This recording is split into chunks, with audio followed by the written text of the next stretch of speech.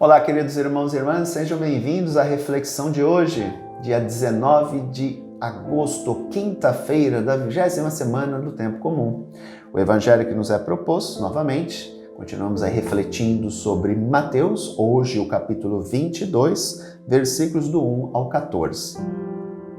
Naquele tempo, Jesus voltou a falar em parábolas aos sumos sacerdotes e aos anciãos do povo, dizendo: O reino dos céus é como a história do rei que preparou a festa de casamento de seu filho. E mandou os seus empregados chamar os convidados para a festa, mas estes não quiseram vir. O rei mandou outros empregados dizendo: Dizei aos convidados: Já preparei o banquete. Os bois e os animais cevados já foram abatidos e tudo está pronto. Vinde para a festa. Mas os convidados não deram a menor atenção. Um foi para o seu campo, outro para os seus negócios, outros agarraram os empregados, bateram neles e os mataram. O rei ficou indignado e mandou suas tropas para matar aqueles assassinos e incendiar a cidade deles. Em seguida, o rei disse aos empregados: A festa de casamento está pronta, mas os convidados não foram dignos dela. Portanto, ide às encruzilhadas dos caminhos e convidai para a festa todos os que encontrardes. Então os empregados saíram pelos caminhos e reuniram todos os que encontraram, maus e bons. E a sala da festa ficou cheia de convidados. Quando o rei entrou para ver os convidados, observou ali um homem que não estava usando traje de festa e perguntou-lhe: Amigo, como entraste aqui sem o traje de festa? Mas o homem nada respondeu. Então o rei disse aos que serviam: Amarrai os pés e as mãos desse homem e jogai-o fora na escuridão. Ali haverá choro e ranger de dentes, porque muitos são chamados e poucos são escolhidos. Queridos irmãos e irmãs, aqui, obviamente, essa parábola fala do povo hebreu. Jesus sempre vai utilizar o grande banquete no reino dos céus como uma festa. É interessante que Jesus, quando ele fala da questão do reino, ele geralmente usa a expressão de um banquete, de uma festa. Porque era um momento de alegria. Se vocês terem ideia, os casamentos judaicos duravam em média de 1 semana a 3 dias. Os ricos faziam 1 semana, os pobres faziam 3 dias. As bodas eram isso. Então elas variavam entre 3 a 7 dias. O mínimo era 3 dias. Aqui entendemos as bodas de Caná, né? Faltou vinho. Também haja vinho para 3 dias, né? O cara vai, toma vinho, se embriaga, deita, dorme, levanta no outro dia, bebe, dorme. Bebe, dorme. 3 dias, no mínimo. Então, o reino dos céus, que é o reino da alegria, então é sempre apresentado como um banquete.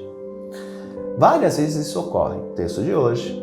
Um outro texto, por exemplo, no apêndice do capítulo 21 de João, quando os apóstolos vão pescar e Jesus está na margem e ele fala: trazei um pouco dos peixes que eles sentam. Então tudo está relacionado ao sentar à mesa, ao banquete, à refeição, à comida.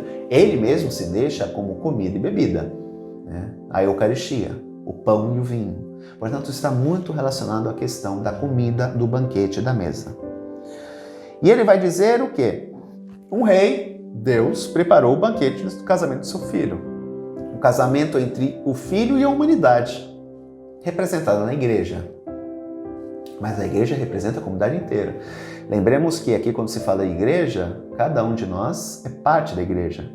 Todos nós somos filhos de Deus, somos membros da igreja. Então, falamos da igreja, templo de Deus, ou seja, todo ser humano. Todos nós fazemos parte desta igreja, que é casada com o filho. Só que o que acontece? Os empregados, os profetas saíram para anunciar este tempo, o casamento do Filho de Deus com a humanidade. Só que os servos do rei, o povo hebreu, não deu a mínima. A expressão diz, né? Uns foram para o seu campo, outros para os seus negócios, outros ainda pegaram os empregados, os profetas, e mataram. Prenderam eles e mataram. Esse texto faz muito paralelo com a vinha, com a parábola da vinha. A vinha que foi tirada dos primeiros vinhateiros e dada a outros vinhateiros. Foi arrendada a eles, e eles, em vez de produzir frutos de justiça e de amor, eles fizeram o quê? Tomaram conta da vinha e não produziram aquilo que o dono da vinha esperava. E aí o que aconteceu? Aqui, novamente, o texto de Mateus, ele foi redigido mais ou menos no ano 85 depois de Cristo. No ano 70 depois de Cristo, ou seja, 40 anos depois da morte de Jesus, a cidade de Jerusalém foi invadida pelos romanos e destruída. E o texto apresenta isso, porque é uma construção histórica posterior. E aqui Mateus está explicando por que Jerusalém caiu. Por que ela caiu? Porque ela disse não a Deus. Ela foi convidada para o banquete do casamento e disse não, virou as costas para Deus. Matou os empregados de Deus, se preocupou com os seus negócios e com a produção destes negócios. O campo, os negócios e a morte dos profetas. O rei ficou indignado e mandou suas tropas para matar aqueles assassinos e incendiar a cidade deles. Não são as cidades. A é no artigo singular. A cidade, não as cidades. A cidade é Jerusalém, que foi incendiada pelos romanos no ano 70. Portanto, é uma construção de um texto explicando teologicamente o porquê de um acontecimento. E aí o que ele fez? As encruzilhadas. O que é encruzilhada? Encruzilhada tem o formato de uma cruz. Os 4 cantos do mundo. Norte, sul, leste, oeste. Ide por todo o mundo e fazei discípulos meus todos os povos, batizando em nome do Pai, do Filho e do Espírito Santo. Portanto, o banquete, o convite de casamento se estendeu a todos, espalhados nos 4 cantos do mundo. Só que lá se encontrou alguém que não tinha o traje de festa. O que é o traje de festa? O traje de festa nada mais é do que um coração que ama.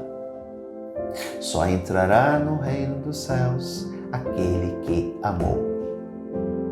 Quem não ama, não entra no reino dos céus, porque o reino dos céus é o puro amor de Deus manifestado aos homens. A única coisa que nos garante no reino dos céus é o amor com que amamos as pessoas nesse mundo.